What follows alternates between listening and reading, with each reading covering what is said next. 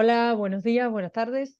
Estamos desde La Plata, Argentina, grabando para la clase de Norma y Uso de Español de España de la Universidad de Valencia.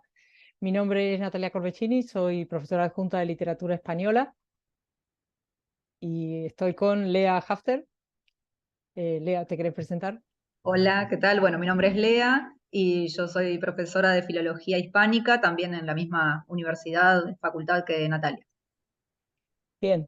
La propuesta de hablar que nos dio David acerca de la situación del lenguaje inclusivo en Argentina nos trajo hacia algunas dudas o intercambios que siempre tenemos por distintas posturas o por los trabajos que tenemos como profesoras o como profesionales de las letras y que nos enfrentan a distintas situaciones y que les queríamos comentar cómo se daban de distinto modo en distintos lugares. En particular, yo, además de ser profesora, trabajo en la parte de revistas científicas de la facultad en las que de las facultades de humanidades, entonces hay en varias de ellas que se utiliza el lenguaje inclusivo, en particular el uso de la como norma en ellas y en otras no.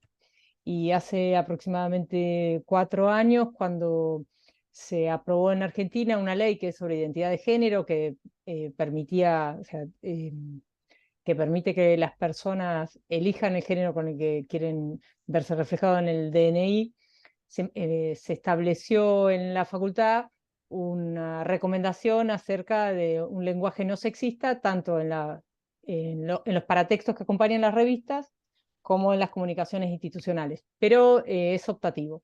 Eso estábamos discutiendo con Lea, si era optativo o era obligatorio, porque aunque esté esa norma o esas recomendaciones, al no ser vinculantes, siempre siguen generando resistencias. En particular en el caso de las revistas científicas, la revista que trabaja con memoria histórica, la revista que trabaja con género, la revista que trabaja con geografía, por ejemplo, aceptaron el uso de la y del lenguaje inclusivo en sus paratextos, pero el resto de las revistas lo que aceptaron es incluir el femenino y el masculino, que no estaba, siempre se hablaba de autor, editor, ahora se habla de autores, autor y autora, o editor y editora, pero no el lenguaje inclusivo.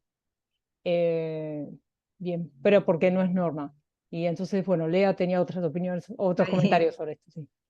sí, a partir de esto que hablábamos con Natalia, el hecho de que no sea norma deja justamente un terreno bastante fértil y amplio para generar la norma del no uso, digamos. Cuando no es norma de uso, aparecen las normas del no uso, de la prohibición, a partir de, bueno, no es ley, no contempla la posibilidad. No el uso normado, no el uso obligatorio del lenguaje, sino la posibilidad de utilizarlo. Eso es como el nudo de la discusión acá en Argentina, en los lugares, por lo menos que habitamos y que conocemos nosotras. El hecho de que esté legislado, que no haya una legislación acerca de es posible utilizarlo, siempre aparece, adelanta el bueno, como no está bien, porque eso no está regulado, acá no se usa. Esa es un poco la cuestión. Y bueno, por ahí los casos que me gustaría contar o los Sí, ejemplos para dar un poco idea. Sí, y decime, un Nati. poco esto es lo que estás diciendo por ahí para poner en claro que es en distintos tipos de instituciones. Por ejemplo, la universidad como entidad marco recomienda el uso no sexista del lenguaje. En la Facultad de Humanidades, cuando sale alguna resolución, quizás se usa el lenguaje inclusivo, pero no es vinculante. Y el tema es que la mayoría de los que somos profesores, graduados y estudiantes de la Facultad de Humanidades, después damos clases en escuelas, pero esos estudiantes que en la facultad pueden hablar en lenguaje inclusivo, entregar sus parciales en lenguaje inclusivo, recibir su título con una denominación no sexista, cuando van a dar clase le pasan a una escuela, se entrevistan en una escuela privada o en una escuela pública, se enfrentan a un director o directora que les dice cosas como las que le comentan a Lea. Sí. Que es, bueno, esto en el marco de las clases de filología, un poco lo que me gustaría es contar por qué llegamos al tema de debate del lenguaje, del llamado lenguaje inclusivo en filología, y es a partir de un programa que habíamos hecho hace unos años que era debate sobre la lengua, ¿no? Arrancábamos muy, muy temprano porque filología es una materia que podemos abarcar todo.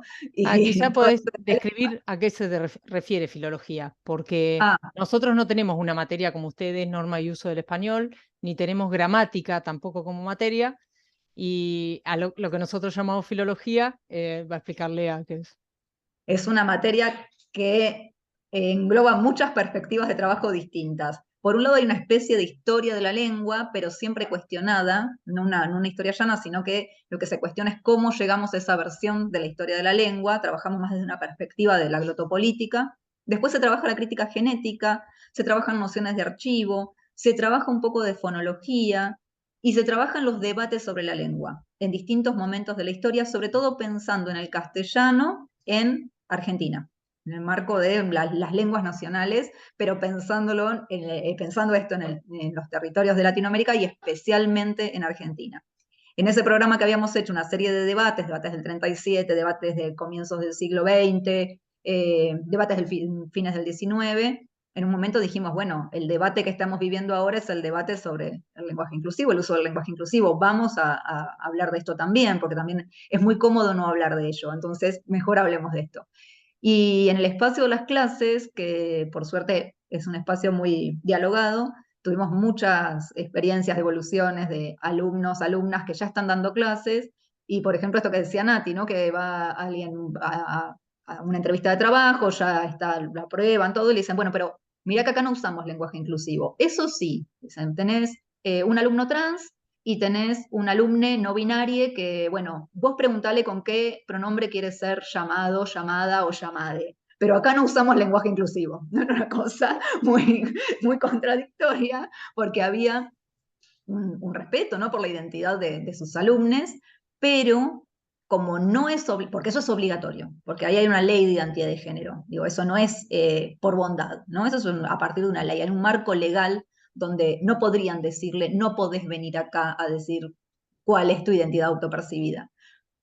Sí, hay por supuesto muy buena onda y demás, pero como sobre la lengua no hay una legislación, la legislación es la de la norma que se impone, entonces no tenemos por qué usar el lenguaje inclusivo porque no es la norma. Esas dos cosas conviven ¿no? En ese mismo lugar.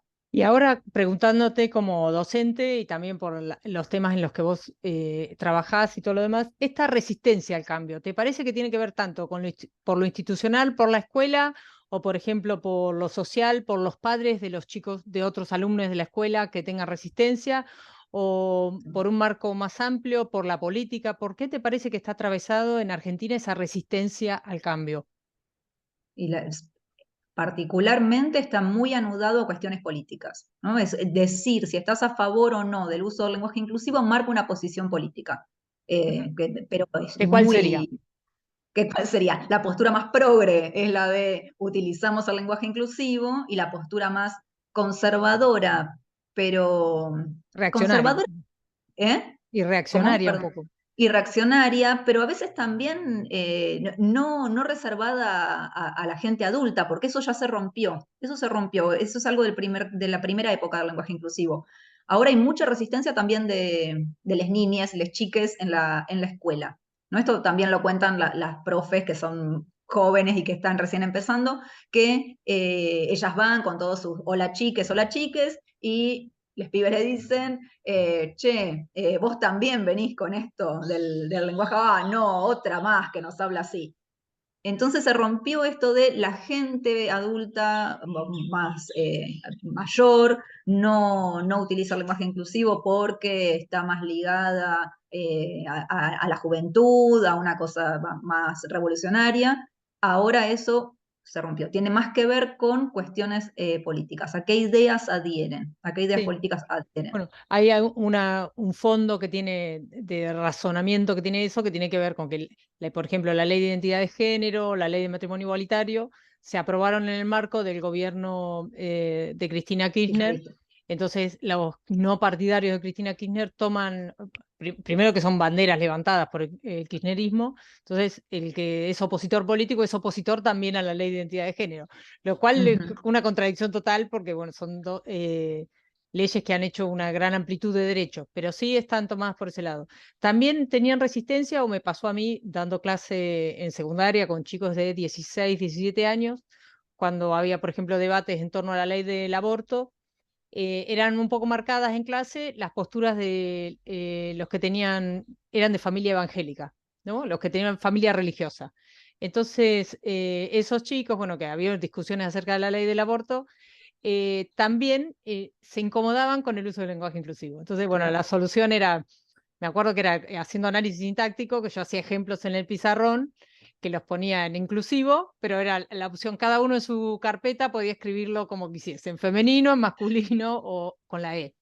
Ah, bueno, en Sí, particular eso también te quería preguntar, Lea, porque me parecía interesante comentarlo, porque hablamos de lenguaje inclusivo.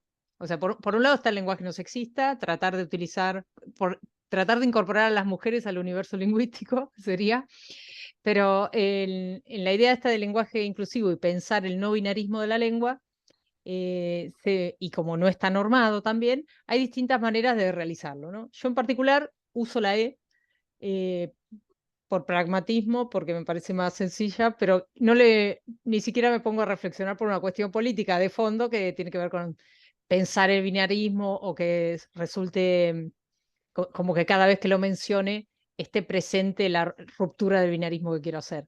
Entonces, te quería preguntar qué tipo de solución tipográfica, oral, utilizás vos. Cuando decís lenguaje inclusivo, ¿a qué te estás refiriendo? claro. En mi caso, en la oralidad suelo utilizar mucho el todas, todos, todes. Ujú, No me quedo en la E nada más. Suelo utilizar la E, pero en la escritura utilizo la X. Por más problemas que sé que eso trae, todavía no encontré la manera de- no encontré la comodidad en otra forma. Pero ujú. uso la X ya sin pensar, la incorporé absolutamente en la escritura. Y De para hecho, a alguien veces que no sabe pensar, por qué es la X, si tuvieses que explicitar cuáles serían las diferencias o ah, cuál es tu opción por la X, ¿qué sí. fundamento tiene? Sí. El problema con la X estuvo cuando en la entrega de DNI a personas no binarias se puso la X en lugar de femenino, masculino y una X. Entonces la reacción fue no somos una X, por lo que eso representa, ¿no? Una tachadura, una negación. Entonces había una incomodidad con ese signo. Bueno, eso generó después toda un debate acerca de la escritura y bueno, vamos a sacar la X de circulación. Digamos, desde ese colectivo se pensó en la X como una opción negativa, pero sigue circulando. No hay una manera única de manifestar, y creo que esa es la clave, a partir un poco también de retomo un poco lo que decías, Nati, como también para, para decir, bueno, en Argentina, ¿con qué se asocia el hecho del uso del lenguaje inclusivo? Se asocia con una toma de postura. Claramente se asocia con una toma de postura. Es así. Visibiliza, hay algo muy lindo que dice José del Valle, que es, bueno, puede ser que no quede el lenguaje inclusivo, no importa, también Daniel Link habla de eso, quede, no quede el lenguaje inclusivo, lo cierto es que incomoda. Incomoda porque marca que hay una opción. Cuando no había opción, no había problema. Ahora, que hay opción y que acá realmente en Argentina, podemos decir, Argentina, Buenos Aires, zonas urbanizadas. Después también esto es verdad, nosotros estamos hablando desde acá, no hablamos no podemos hacer, ¿no? Generalizar. Analizar por completo. Sí sabemos que en universidades de todo el país se generan documentos acerca del uso para legislar el uso, bueno, ahí Nati sabes mejor que yo como el Sí, tipo de documentos. sí, sobre todo se recomienda el uso se empezó a recomendar el uso del lenguaje no sexista, increíble en el siglo XXI, ese tipo de recomendaciones, sobre todo en publicaciones también, pero tampoco está normado, sino son No, recomendaciones, porque incluso la ONU tiene recomendaciones. Y pero el el esto lenguaje inclusivo surge también como inquietud de los estudiantes que lo empiezan a preguntar. Y lo que te quería comentar, o no sé si te parece que viene de como una prehistoria del problema de la X, o que nosotros lo veíamos en la Secretaría de Publicaciones, porque el que era un militante más era radical en el sentido de pensar el lenguaje como una herramienta del patriarcado para, de alguna manera, fortalecer determinada mirada sobre la realidad, Entonces, ese tipo de escritores científicos utilizaban la X eh, porque, o sea, la intención era que no se pudiese leer. ¿Por qué? Ujú, En el sentido de que uno viene leyendo una oración en particular y al enfrentarse a la X se enfrenta al problema del binarismo. O sea, como que el binarismo no estaba visibilizado hasta el punto en que se introduce un elemento disruptivo, ¿no? Entonces, que, y que la E, por ejemplo la que uso yo, es una manera muy suavizada, porque al final soluciona, porque porque, bueno, y las discusiones pasaban acerca de que el español es mucho más machirulo, si queremos, o más atado a cierta postura muy masculina con respecto a otras lenguas, ¿no? Porque la ujú, mayoría de otras lenguas sí tienen el neutro, que en el español sí, casi no funciona, ¿no? En el alemán uno puede ujú, referirse en neutro, en inglés también, y en español es mucho más difícil. sí. También en las discusiones aparecen los que deben ceñirse a la norma y los que no, ¿no?